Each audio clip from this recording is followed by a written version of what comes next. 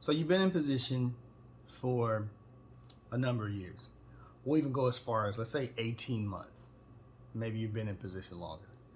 And you feel like you're ready to take on another position, another role. You want a promotion. But you happen to see somebody else get that promotion before you. Somebody you feel like you're more qualified than that person. Nobody likes that person. You bring more to the table than that person. The list can go on and on and on. So then you get frustrated because they're not paying you. You're being overlooked.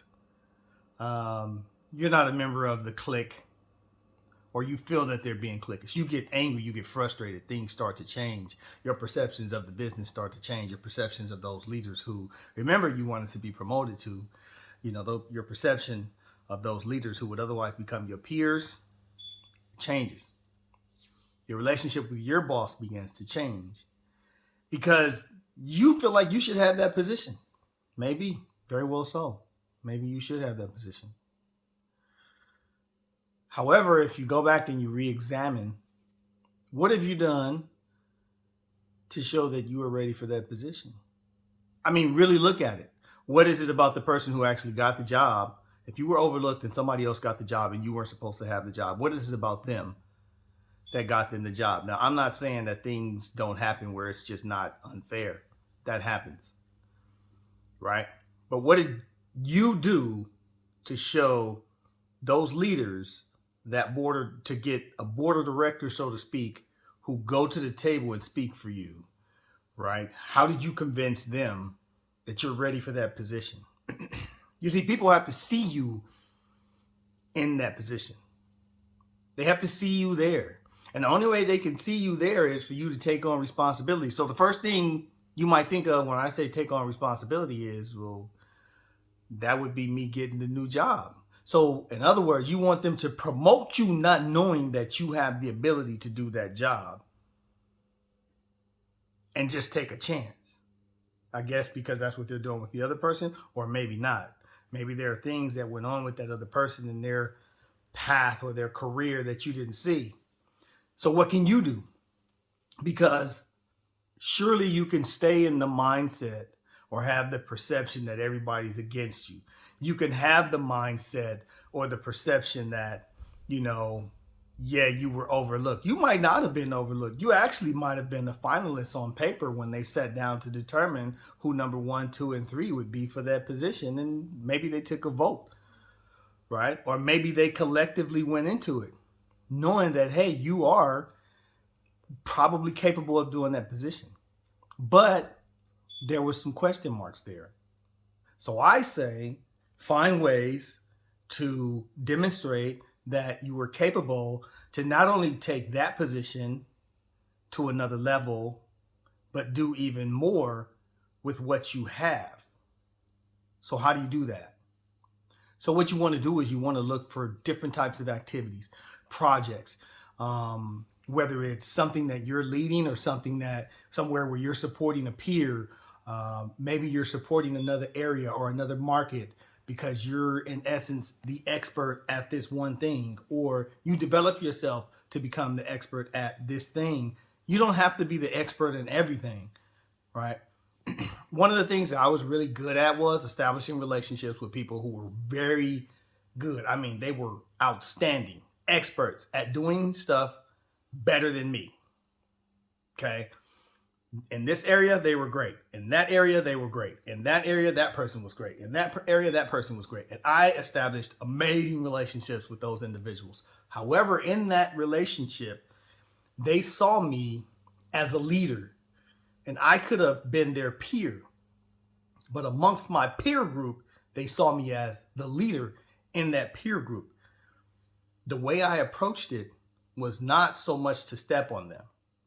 So you have to be careful because some people can see your ambition as being the hammer and you stepping on the toes of your peers. And when that happens, it's all bad because now you're going to get that reputation. So you don't want that reputation.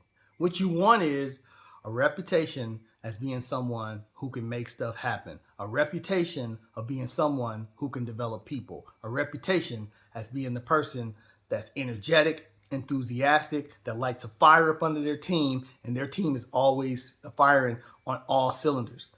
That's who you want to be. You don't want to be the opposite. So if you're overlooked for a promotion, a raise, if you're overlooked for something, listen, I'm not saying that there's not some murky water situation going on.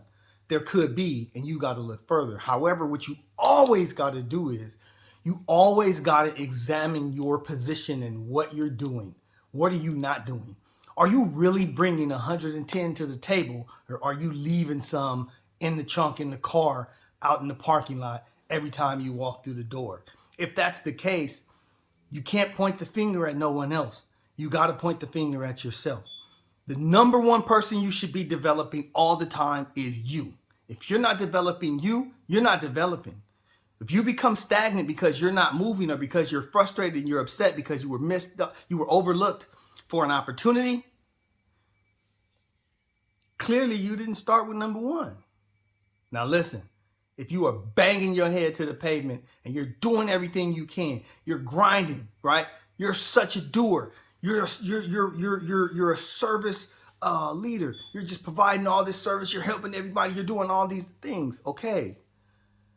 You can be an executor, but I can tell you from having been in multiple leadership positions and being a leader in my company now, that being an executor is not always the best thing. I am very good when it comes to delegating tasks to other people.